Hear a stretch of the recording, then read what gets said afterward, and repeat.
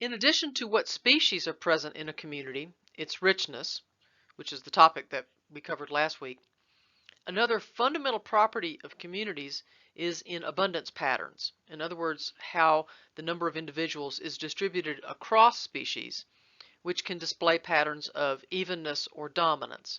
And that's going to be the topic of today's lesson.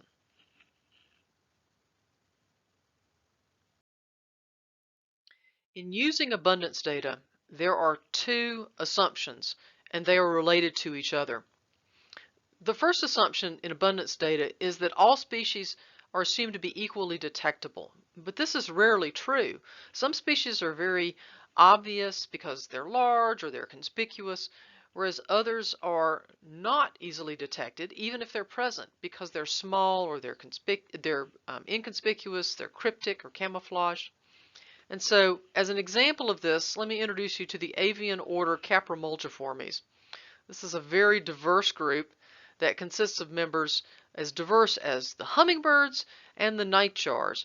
The hummingbirds are very obvious, showy birds, whereas the nightjars, things like whippoorwills, for example, that you may be more familiar with, they're very well camouflaged, not easily detectable. Related to this assumption is an assumption that all species are surveyed in the same method at the same temporal and spatial scale. And so this assumption is related to the previous one because species that are small or secretive require more intense searching and therefore a more fine-scaled sampling unit, like, for example, the scale of a quadrat, than do large or obvious species that can be detected with coarser methods, like you might get from aerial photography. So as an example of this, I've got a quadrat of vegetation here that allows you for very fine-scaled enumeration of individuals. And then on the other scale, I've got a map of Myanmar, and it shows forest cover here. And so these assumptions that you've got species that are detected and that you are sampling them in the appropriate method, those need to be carefully scrutinized to hopefully make sure that your abundance data are sound. Sometimes, even though you may try to sample two communities equitably, you obtain different numbers of individuals counted. And this can be due to a variety of reasons, not related to inherent differences in abundance. You can get differences that are due to sampling effects. So, for example, if you sample two communities on different days, then weather can play a role in terms of whether species are going to be out and conspicuous and so forth. And so there are all kinds of factors that can mean that you get different numbers of individuals counted. And sometimes you just can't have equal sampling effort with different communities. You have different numbers of trap nights or different number of observer hours or different available satellite images for a variety of logistical reasons, for example. And so in both cases, you're comparing diversity between two communities that differ in the number of individuals you counted. So, for example, let's take this as an example. You've got one site or one community where you deploy 50 traps, live traps, for 3 nights. And so that's 150 trap nights. And here's the critters that you get. You get 6 species of rodents, 20 individuals overall. Okay. So at site 2, you only were able to deploy 50 live traps for 1 night. So instead of 50 for 3 nights, it was 50 for 1 night, for whatever reason. The weather was too bad, or your permit was for only 1 night, or whatever reason. So you only had 50 trap nights, a third of the effort of site 1. And this is what you found. You found 3 species and 7 individuals. And from that, you would conclude that site 1 has higher diversity than site 2. But maybe that is simply due to a sampling artifact.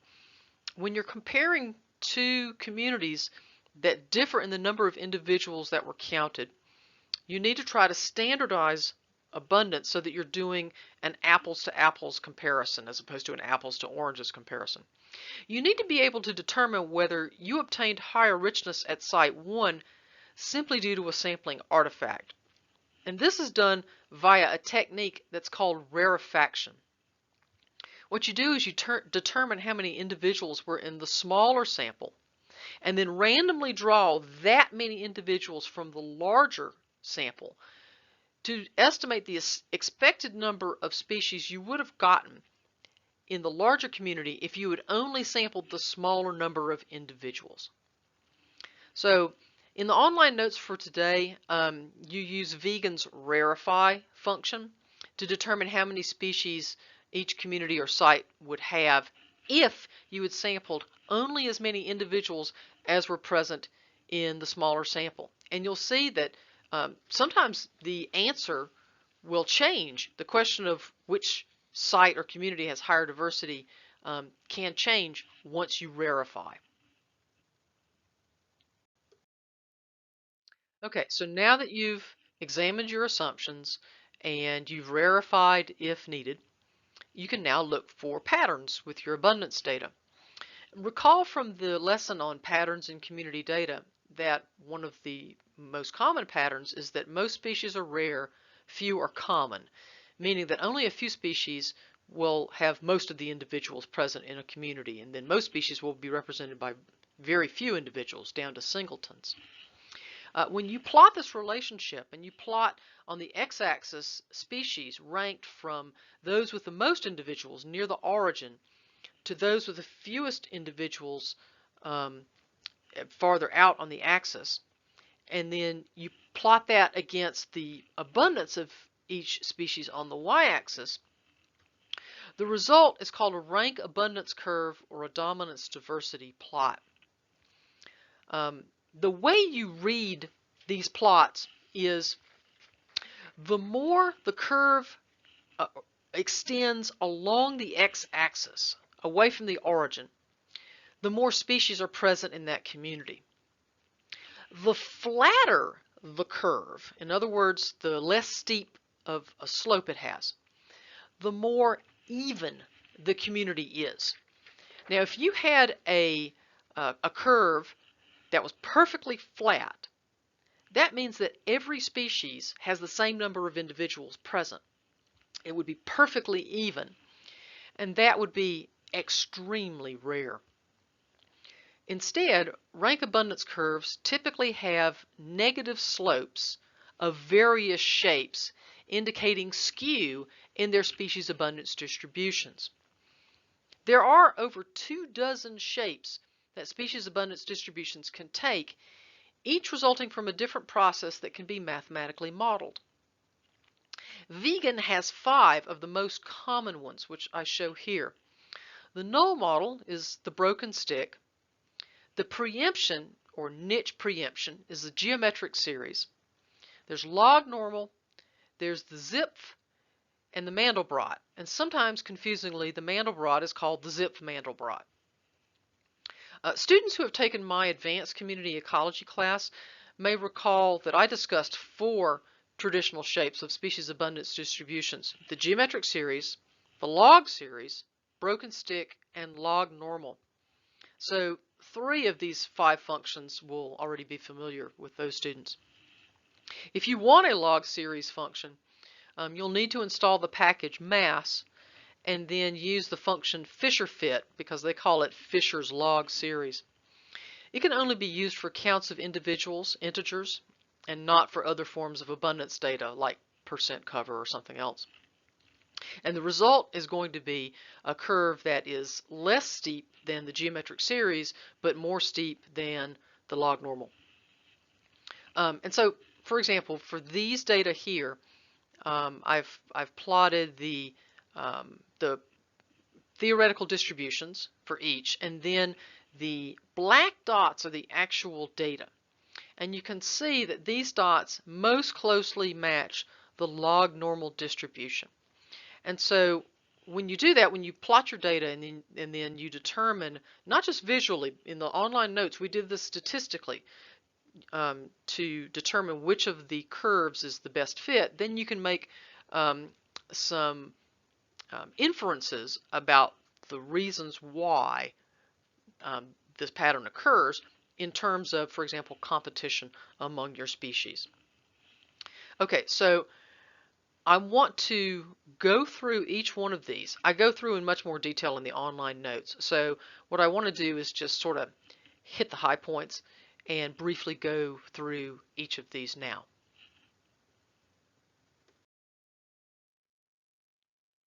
The preemption model, or niche preemption model, shown here with this straight red line here, follows a geometric series, which I mathematically define in the notes.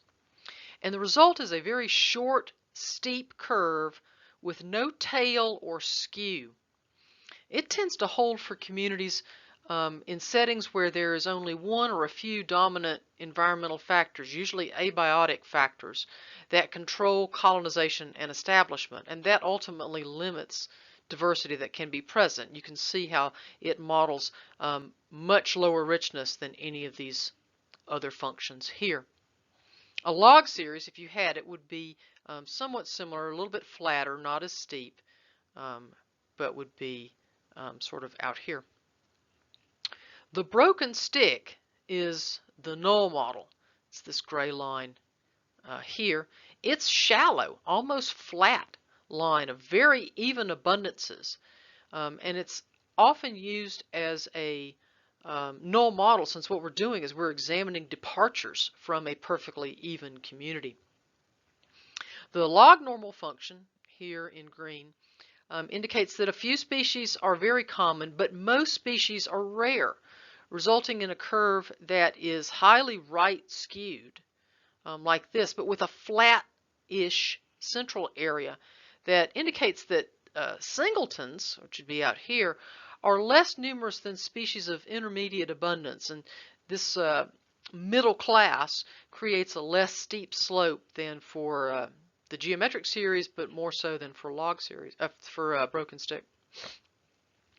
The Mandelbrot and the Zipf functions out here I did not cover in my community ecology class because they have ecologically unrealistic assumptions. The Mandelbrot community, which is in this pale blue color here, represents a community with very few, a few very abundant species here, and many minor species of comparable abundance, relatively even, resulting in a fairly flat line. Zipf here in blue is similar without Mandelbrot's assumption of priority effects. So to use a skiing analogy, the preemption model is a double black diamond run. The log normal would be a blue run. The Mandelbrot and the Zipf are green. And the broken stick would be a bunny slope, except at high richness where it falls off a cliff. Okay, so now for some empirical examples. I'm going to show you some empirical examples, some papers that I gleaned from the literature of researchers who have done these kinds of community ecology analyses for their own purposes. And the first of these is a paper by Zhu et al. These researchers examined the microbiome in 22 habitats, in other words, body locations, in 279 people, and they identified 929 genera of microorganisms. They first built species accumulation curves, shown here, which you learned about in the Patterns in Community Data lesson, to determine where their estimates of generic diversity were most robust. And they found that the microbiome of the oral and the vaginal and the colon habitats were well sampled and well described, whereas the eye and areas of the skin of the arms and the face needed more thorough sampling to capture all of the genera of microorganisms that would likely be present there. They then used the Shannon Index, Shannon Diversity Index, which you learned about last week in the Diversity Indices lesson, and once again found that the oral cavity, here, these habitats, had the highest alpha diversity. They used a Bray-Curtis similarity measure of beta diversity and found that diversity in one habitat was independent of diversity in another habitat. In other words, very similar. And then they used rank abundance curves here, showing that few genera dominated each habitat, with a long tail of each one of these representing many rare genera. Again, most species are rare, few are common. But they did not do any more sophisticated analyses to determine what rank abundance model best fit the data from each habitat type. In this next example by Avia Cabadia et al., it illustrates the use of rarefaction and rank abundance curves. What these people did was they quantified changes in diversity and abundance in bats among secondary successional stages of a neotropical dry forest in Mexico to try to determine whether bats responded to successional changes in plant growth and at what seral stage bat diversity was maximized. By secondary succession, what I mean is you have a disturbance and then you've got sort of recovery or regrowth of plants over time. Each one of those different kinds of plant communities, from let's say initial grasses and forbs to some shrubs to light tolerant trees to eventually shade tolerant trees, each one of those is called a seral stage. And so they were interested in seeing how bats responded to this change in vegetation over time. So they first used rarefaction, and what they did was they built rarefaction curves, which y'all really did not do. This is a way of plotting things with variable numbers of individuals. What they were trying to do is allow direct comparisons among sites that have different capture numbers. And these rarefaction curves that indicated that for early and intermediate seral stages here, they captured pretty much all of the bats that were present after, I don't know, 100 and so captures, as the curves reached an asymptote with negligible confidence intervals. In late seral stages, however, they did not reach a ceiling, and they obtained significantly higher species richness than these other sites after about 130 captures, as shown by the non-overlapping confidence intervals here. And so what this means is that with rarefaction, even though there were different numbers of individuals, you can still be quite confident that these late seral stages had more bats, greater bat diversity. They then built some dominance diversity plots here for each of the 12 sites that they sampled, 3 each in pasture. That's what this P stands for, and that represents maximum disturbance for bats because there would have been no plants present that they could roost in or feed on. Early successional, intermediate, and late successional stages here. Each number in this figure is a species ID code. And although they did not perform any more sophisticated analyses on rank abundance, you can see some differences in the slopes of the curves with successional stage.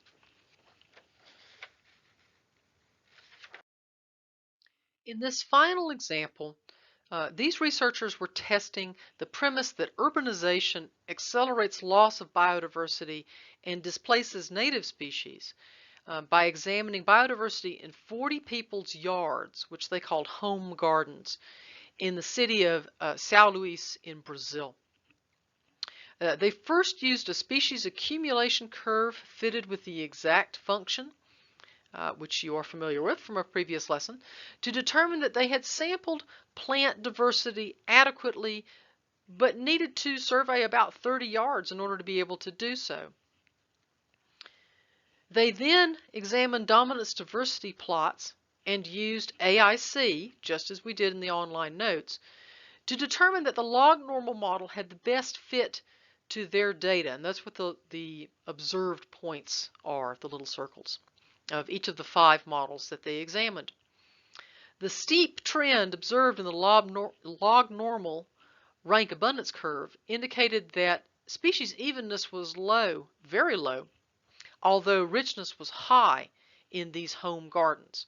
And that kind of makes sense if you think about it. Lots of people plant specimen plants. They'll have one or only a few individuals of a type of plant in their yard.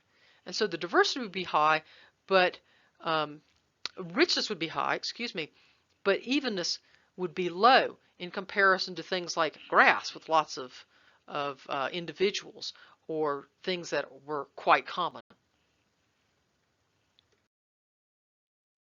In your exercises today, in the online notes, first you did some basic assessments of abundance using base R compared to the plier package in order to determine which sites supported the most individuals.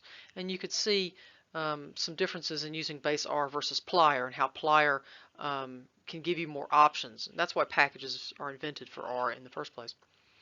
Then you did rarefaction, which showed that when you ask fundamental questions like which sites support the most individuals or the most species, the answers can change after you rarefy. For example, for the diversity data that I had you work with, whereas before rarefaction, sites 8, 9, and 10 were the poorest, and then after rarefaction, sites 4 and 10 were. So your answers can change. When you did your rarefaction, when you use the rarefy function, if you do not specify the smallest number of individuals present in the samples, you're going to get an error message, just like here. And it tells you, hey, you need to set this to 40 in this case. Remember that you need to set aside any such code with a pound sign for R Markdown to be able to work. It will not run if there are any error messages in your code. So remember to do that. You then used rank abundance curves, built rank abundance curves, and you assessed them via AIC. AIC is very widely used in ecology and especially in wildlife biology. There were several model selection options that we had, including BIC and deviance. Now, be advised that these goodness of fit statistics are comparing only these models and are telling you which is the pick of the litter. They do not tell you whether any of the models that you have are the best possible ones out there, only the best given your data. Nor do they tell you whether the models are statistically significant or biologically significant. All they can tell you is that for your data, this is the best one. And when you plot these rank abundance curves, the best fit model will show up automatically with the fattest line, the most bold line. In this case, it's the Mandelbrot, the one that has the thickest line. And so you can see that when you change, for example, data sets that have data that are better fit by the log normal model, then that green line will be the big fat one, like we had a few slides ago. So for your assignment, we're once again working with the ground beetle data, with the ground beetle abundance data, of course, since this is the lesson on abundance. And you're going to answer these questions. These are fundamental kinds of questions that are sort of the starting point of any assessment that you would do of any ecological community. You want to know how many species you got, if you've got any differences in diversity by sites, which sites have the most individuals, the greatest abundance. You want to make sure that you're comparing apples to apples, and so rarefy to make sure that things are consistent. And then in the assignment, you're going to select the most appropriate rank abundance model for each of the 3 most speciose communities out of the 18 sites total, I think there was. And then I want you to interpret your findings, both in terms of the statistics and the plots, but also think about this in terms of possibly the habitat types involved. You don't need to know anything about the biology of beetles per se to answer this. I just want you to get in the habit of not just plotting something and having the statistics or the graph out there and saying, hey, I'm done. No, think about biologically now, what is this telling you?